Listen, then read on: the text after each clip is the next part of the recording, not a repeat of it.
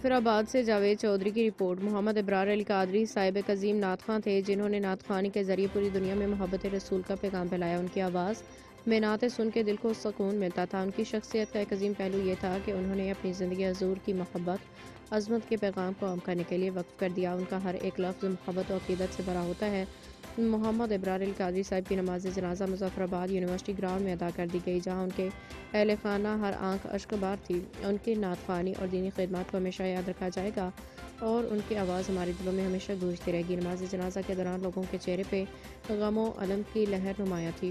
उनकी मोहब्बत भरे अल्फाज और दिलनशीन आवाज़ हमेशा दिलों में ज़िंदा रहेगी। अल्लाह ताला उन्हें जन्नतुल फिरदौस में आला मकाम अता फरमाए, आमीन। हश्र में फिर मिलेंगे मेरे दोस्तों, बस यही है पयाम आखिरी आखिरी।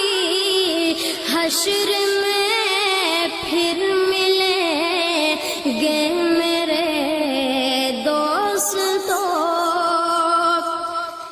कहना सब जीते जी के हैं शिकवे गिले, आज से खत्म दुनिया के सब सिलसिले।